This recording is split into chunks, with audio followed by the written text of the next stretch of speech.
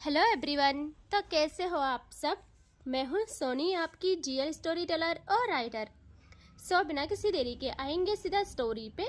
आशिकी एक जुनून का पार्ट 44। पिछले पार्ट से सीधे आगे चलेंगे। ओके, हमें दिखाते हैं गांव की हवेली को, जहाँ के हॉल में सोफे पे बैठी थी सौम्या की दादी। चेहरे पे अजीब मुस्कान, मानो वो जो करना चाहती थी वो कर चुकी हो, जिसके लिए पूरे 4 साल से वो कोशिश कर रही थी। वो घड़ी आ चुकी थी। उस हॉल में उसकी दादी सोफे में बैठी, पैर क्रॉस पोजीशन में, उनके बगल रखा हुआ एक बड़ा सा हुक्का और उनके हाथ में हेवी ब्लैक सिल्वर धुआं निकालता हुआ। हर इनहेल के साथ कमरे का माहौल और भी डरावना होता जा रहा था।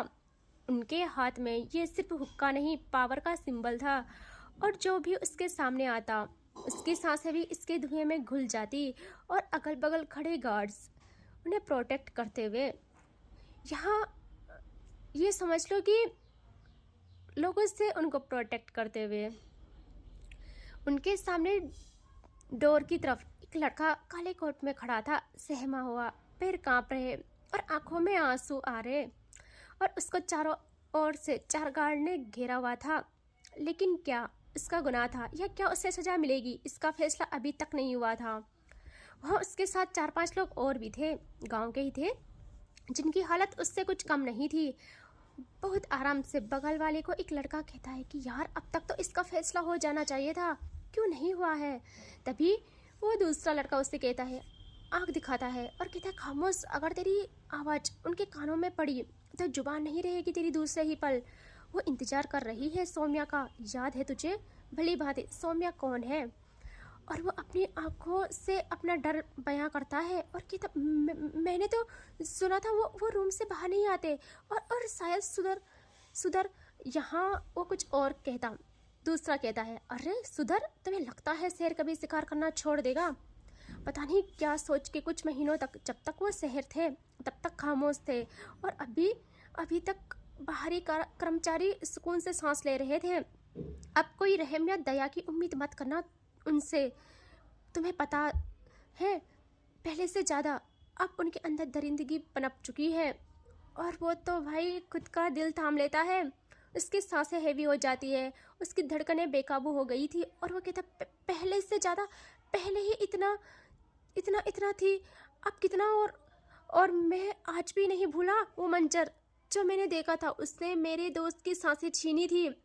तो उसकी आंखों में उस वक्त एक भी पल अफसोस नहीं था, ना ही रहम, ना ही उसकी आत्मा थरथराई। और वो इतना ही कहता है कि तभी सीढ़ियों से नीचे उतरती दिखती है सौम्या, अपने शर्ट के स्लीव्स को फोल्ड करते हुए, आंखों में अखलाक का नशा और घमंड भरा हुआ, पूरी तरह विलन वाला अंदाज था, जो रहम करना बिल्कुल नहीं जानता हो। और वो जैसे नीचे आती है सबके सर झुक जाते हैं, और वो देखती है अपनी दादी को और हल्की मुस्कान के साथ ठीक उनके बगल बैठ जाती है और हाथ पूरे सोफे में टिका के पैर क्रॉस पोजीशन में सेट करती है। और अब कहती है कि कौन है वो। यहाँ एक लड़का डरते हुए कहता है, ये है, लेकिन ये मान गया है। अब वो उस जमीन के लिए केस नहीं लड़ेगा। हाँ, जो वहाँ बंदी बनना था वो वकील था। और सौम्या जैसे उसे देखती है वो डर के मारे नीचे बल बैठ जाता है और हाथ जोड़ के कहता है, माफ कर दो, मुझे माफ कर दो, मैं उनका केस नहीं लड़ूंगा, कुछ भी नहीं करूंगा। सौम्या कहती है, ओह इतनी जल्दी मान गया, कुछ तो खातिरदारी करने का मौका देता मुझे। खैर, मैं भी सुबह सुबह नहीं चाहती हूँ अपने हाथों में लाल रंग लगवाने को। और वो अपने मुनीम को देखती है, वो जल्दी से टेबल में एक फाइल रखता है और सौम्या कहती है, साइन कर इस पे। और वो वकील सेकंड ही लगाता और जल्दी से साइन कर डालता है। यहाँ सौम्या ना अजीब हंसी हंसती है और कहती है, अबे बेवकूफ, देख तो लेता किस पे साइन कर रहा है तू। और वो घबरा के देखता है उसे, और वो ना एकदम उसका कॉलर पकड़ती है और वह शॉक्ड, वो जमीन पर नीचे बल बैठा था और सौम्या सोफे पे। और वो कहती है, पूरे 2 दिन तूने हमारे बर्बाद किए, तुझे भी कुछ मिलना चाहिए था इसका इनाम, है ना। हमने तेरे नाम जो शहर में ज़मीन थी उनमें से सबसे ज़्यादा कीमती ज़मीन अपने नाम करवा ली है। अब निकल यहाँ से, अगर सांसें भी नहीं बचाना चाहता तो यहीं रहे, वरना निकल। और वो पूरी हिम्मत जुटा के कहता है, मैंने वो ज़मीन अपनी बच्ची के नाम की है। और सौम्या की आंखों में आग भर आती है, वो पहले देखती है मुनीम को और उसके पैर ना थरथराने लगते हैं मुनीम के। वो कहता है मैंने चेक किया था, वो पूरी तरह नहीं हुआ है उनके नाम, इसका अधिकार है उस पर और ये चाहे तो कर सकता है कुछ भी। यहाँ सौम्या अब देखती है उसे और कहती है अब कुछ नहीं हो सकता। सौम्या की नज़र जिस जिस चीज़ पे पड़ जाए वो सौम्या की हो जाती है और वो ना एकदम उसके पैरों में पड़ता है और कहता है मैं आपको इससे अच्छी डील देता हूँ, सारी चीज़ें मेरे अंडर है, सिर्फ आपको उस लड़की से साइन कराने हैं। सौम्या खामोश रहती है और वो जल्दी से कहता है हाँ, उसमें आपको करोड़ों का मुनाफा होगा और वो लोग बहुत अमीर है, ये उनकी सबसे बड़ी डील है। आप वहाँ फैक्ट्री डाल सकते हो और मार्केटिंग और सब चीज़ की नज़रिए से सबसे बेस्ट होगा। और वो एकदम अपने छोटे बैग से एक फाइल निकालता है और उसके सामने रखता है। सौम्या उसे पढ़ती है और कहती है गुड, चल साइन कर। और वो उस पर भी जल्दी से साइन करता है और रोते हुए कहता माफ़ कर दो, अब मुझे घर जाने दो। यहाँ सौम्या इशारे करती है गार्ड्स को और गार्ड्स उसे एकदम पकड़ के वहाँ से ले जाने लगते हैं। और वो समझ जाता है कि जब तक उससे उसका सब कुछ नहीं छिन जाता सौम्या उसे छोड़ने वाली नहीं है। यहाँ उसके जाने के बाद सौम्या देखती है अपनी दादी को और वो हुक्का पीते पीते कहती है वाह मेरे शेर, अब लौट आया ना अपने राज्य में, अपने अंदाज में। यही अंदाज देखने के लिए पूरे 5 साल तक सताया था तुमने मुझे। सौम्या पहले भी ऐसी ही थी, जब वह शहर गई थी तब कुछ टाइम के लिए शांत थी और अब क्या ही बोले, उसके होठों पे खिलती मुस्कान थी, पर वो किसी दया या प्यार की नहीं थी बल्कि दर्द और विनाश की गारंटी थी। सैनिक दरबारी यहाँ तक कि हवा भी चुपचाप नजरें झुकाए थी उसके सामने। शेर लौट चुका था, सब जान चुके थे शेर लौट चुका है और अब कोई भी ना दया होगी, ना मोहब्बत होगी, ना वफादारी, उसके सामने टिक ही नहीं सकती ये सारी चीज़ें। और सौम्या देखती है अब उस फाइल को अगेन और जैसे वो उसे देखती है उसकी आंखों में पूरा विनाश का दरिया नज़र आ जाता है और वो एकदम उसको बंद करके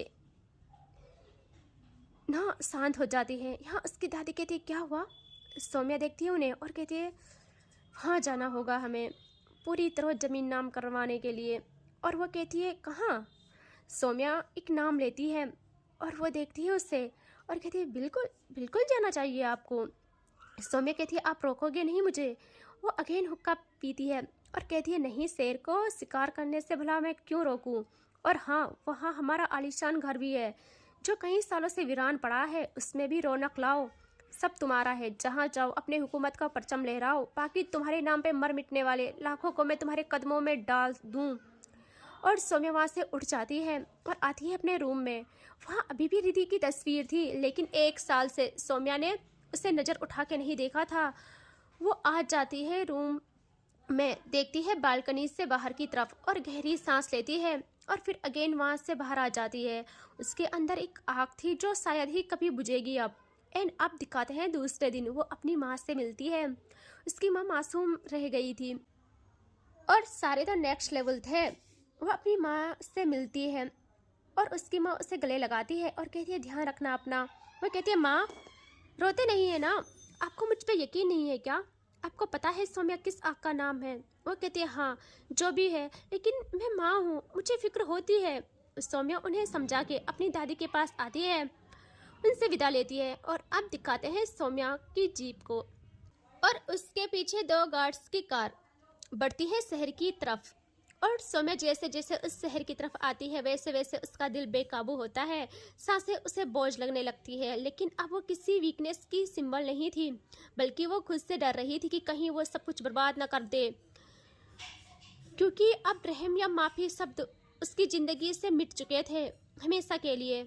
और वो पहुंच जाती है अपने घर में, वहाँ वो गाड़ी रोकती है और उसके गार्ड्स भी निकल जाते हैं बाहर। और अब सौम्या जाती है अंदर।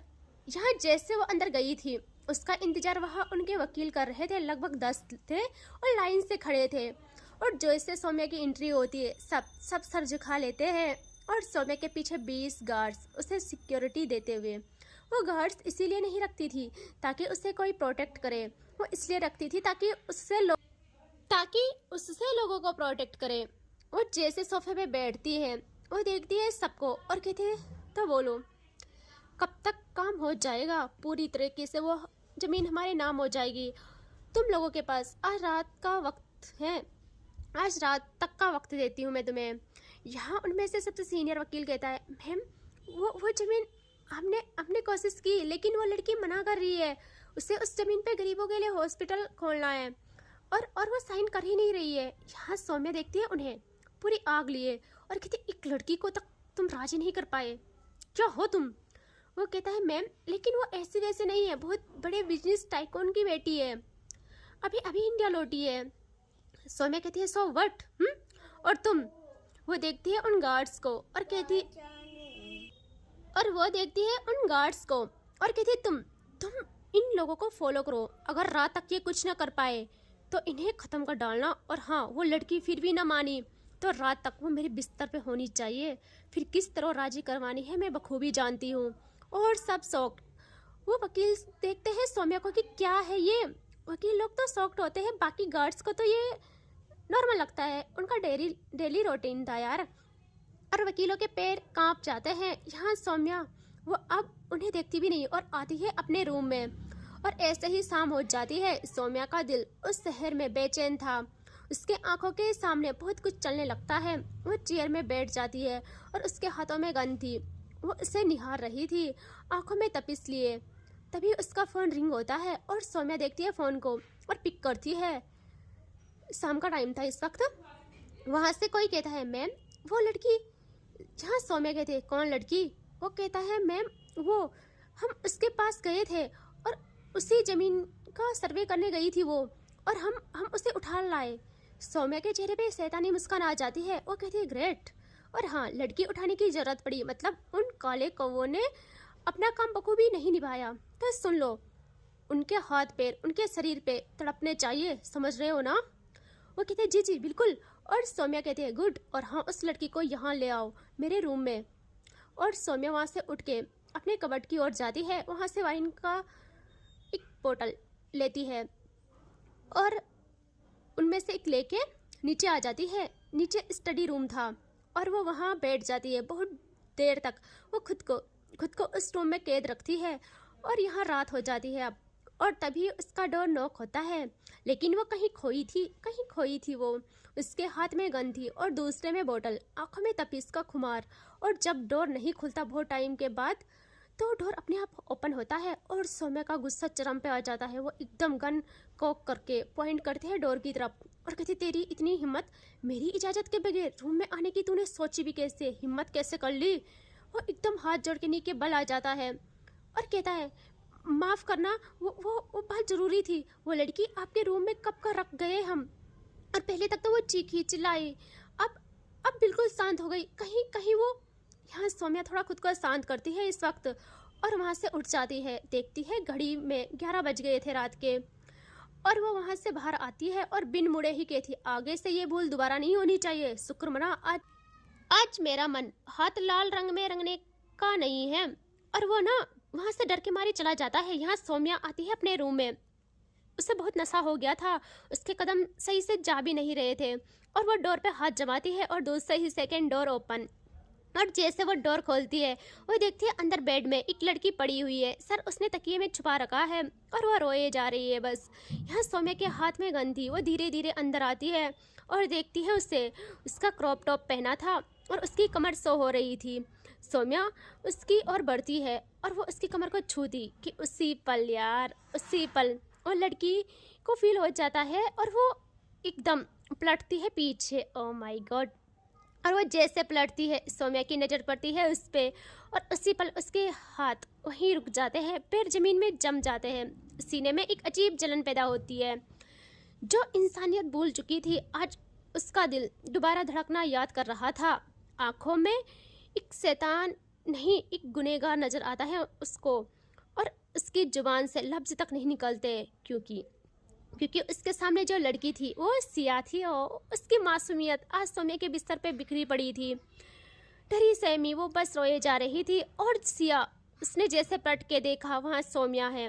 उसका जो दिल 5 साल पहले मर चुका था, वो आज अपनी रफ्तार पकड़ लेता है और उसकी आंखों से आंसू रुक नहीं रहे थे। उसकी आवाज़ लड़खड़ाती है। दिल कहता है कि 5 सालों से जिस दुआ को तूने सांसों की माला के साथ जपा, आज वो दुआ सच हो गई है। लेकिन इस तरह इस तरह सच हुई है। उसे अभी भी नहीं पता था ये सौम्या ने क्या किया। वो जैसे सौम्या को देखती है उसे यकीन नहीं आता, क्योंकि हजारों बार सौम्या उसके सामने इस तरह आ चुकी थी उसकी इमेजिनेशन में। वो जल्दी से उठ जाती है और एकदम सौम्या के सीने से लिपट जाती है। हाय, और सौम्या के हाथ से धीरे धीरे गन नीचे गिर जाती है और सिया को जैसे फील होता है वो सच है, सपना नहीं। वो कुछ कहती या करती, सौम्या उसे अपने सीने से दूर हटा देती है और सिया शॉक्ड। यहाँ सौम्या धीरे धीरे अपने कदम बैक ले जाती है, मानो उसका नशा एक सेकंड में उतर गया हो। और सिया कहती है, आप यहाँ, मैं यकीन नहीं कर पा रही हूँ। देखो ना इन लोगों ने सौम्या एकदम उससे मुंह मोड़ लेती है और रूम से बाहर। और सिया यार उसके कदम जम जाते हैं वहीं, और सौम्या के अंदर का तूफान थामने का नाम नहीं ले रहा था। और वो हॉल में आके सबको चिल्लाती है। उसकी आवाज़ में इतना दर्द, इतनी गरज थी कि सबकी रूह कांप जाती है। सब डरते हुए लाइन से सौम्या के सामने खड़े हो जाते हैं और नजरें झुकाए। यहाँ सौम्या कहती है, तुमने मुझे बताया क्यों नहीं? वो लड़की सिया है, डिटेल्स क्यों नहीं दी? और वो शॉक्ड, सब डर जाते हैं। और उनमें से एक कहता है, मैम हम डिटेल्स दे रहे थे, लेकिन आपको कभी इस चीज़ की नीड पड़ती ही नहीं। आपने कहा था कि क्या फ़र्क पड़ता है कोई भी लड़की हो। सौम्या अपने बालों पे हाथ लगाती है, लाइक नोचते हैं ना वैसे, और कहती है, मैं क्या करूं? और वो कहती कि मैम को पूरी इज्जत के साथ उनके घर ड्रॉप करो और ध्यान रखे कोई भी प्रॉब्लम नहीं होनी चाहिए। उनको पूरी इज्जत और आदर के साथ घर ड्रॉप करो, समझे? और हाँ, फाइल लाओ जल्दी। और एक भाग के फाइल देता है सौम्या को, और सौम्या जल्दी से बिन दे के ही साइन कर डालती है। उससे कहती है, मैम की जमीन पे आज के बाद किसी की नजर नहीं पड़नी चाहिए। वो कहती है, मैम लेकिन हमने इस पे करोड़ों रुपये लगाए हैं। सौम्या कहती है, एक लफ्ज और नहीं निकलना चाहिए, वरना दूसरे ही पल जुबान तुम्हारे मुंह में नहीं रहेगी। और वो वहां से बाहर निकल जाती है। और सब शॉक्ड कि आज पहली बार ऐसा हुआ था सौम्या ने किसी की जमीन लौटाई थी, वो भी बिना पैसे लिए। वहाँ सिया को दिखाते हैं कि जो ना कॉरिडोर से ये सब देख रही थी, और सिया को ढूंढने के लिए पूरे शहर की पुलिस लग गई थी। उसके पापा परेशान थे, रो रहे थे। यहाँ सिया जो कॉरिडोर से सब देख रही थी, उसे सबसे बड़ा सदमा लग जाता है। उसकी सांसों में कमी होने लगती है। और यहाँ सारे गार्ड्स सिया के पास आते हैं नजरें झुकाए हुए, और कहते हैं, मैम प्लीज़ चलिए, वरना मैम हमें मार डालेंगी। और सिया देखती है उन्हें, और वो कहते हैं, मैम चलिए ना प्लीज़, आपको कोई भी कष्ट हुआ तो वो हमें माफ़ नहीं करेंगी। सिया को वो ना फिर बाहर ले आते हैं फुल सिक्योरिटी के साथ, और उसको कार में बिठा के 4 गाड़ियाँ उसके पीछे पहुंच जाते हैं उसके मेंशन में। और जैसे सिया घर आती है, उसके पापा जो उसके लिए पागल थे, वो भाग के सिया को देख के गले लगा लेते हैं। और देखते हैं इतने सारे गार्ड्स नजरें झुकाए उनके सामने थे और माफ़ी मांगते हैं। और वो सब उनके हाथ में जो डॉक्यूमेंट्स फाइल थी वो उन्हें दे देते हैं। और यहाँ सिया के पापा कहते हैं सिया को, सिया ये सब क्या है? ये सब तनु ने किया ना, ये सब तनु ने किया ना, तुम बस बोलो, मैं उससे नहीं छोड़ूंगा। सिया अब बोलती है, नहीं पापा उसने कुछ नहीं किया। वो कहते, तो किसने किया? बस बोलो तुम, मैं उसकी सांसें छीन लूंगा, चाहे सब लुटाना पड़े मुझे अपना। यहाँ सिया एकदम अपने पापा का हाथ पकड़ती है और आंखों में समुंदर लिए कहती है, पापा मेरा मुकद्दर लौट आया है। और इस बार वो इंसान क्या से क्या बन गया है मुझे खुद मालूम नहीं। और वो कहते हैं, मतलब? सिया कहती है, कुछ नहीं पापा, आप किसी को कुछ नहीं करोगे, देखो मैं सही सलामत हूँ, मुझे एक खरोच तक नहीं आई है। और वो वहाँ से अपने रूम में भाग जाती है रोते हुए। और हमें दिखाते हैं सौम्या को, जो पहुँच जाती है डायरेक्ट एक बार में। और जैसे वो अंदर एंट्री लेती है यार, उसके अंदर का खुमार उसकी आंखों में उतर जाता है, उसकी आंखें लाल पड़ जाती है, सांसें हैवी। और वो सीधे आती है काउंटर पे और शॉट्स मारना स्टार्ट।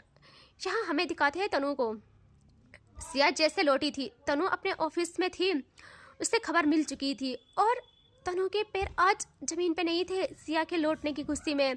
और उसका दिल यार, जैसे वो सुनती है वो एकदम उठ के ऑफिस से निकल जाती है और डायरेक्ट जा रही थी सिया के घर। लेकिन तभी उसका फोनिंग होता है, उसकी असिस्टेंट का फ़ोन था। वो कहती है कि हाँ बोलो। तो वो कहती है, मैम एक और गुड न्यूज़ है। तनु कहती है, क्या? वो कहती है, रिधि मैम भी आज इंडिया आ चुकी है।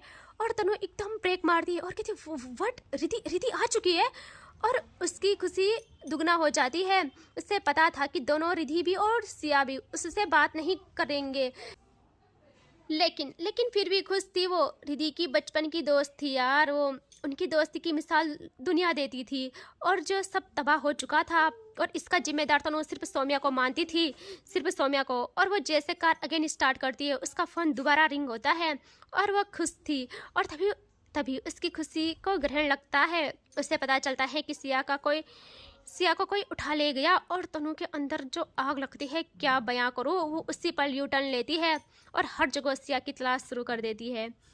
और इसके आगे देखेंगे नेक्स्ट पार्ट में। ठीक है, टेक केयर, बाय बाय।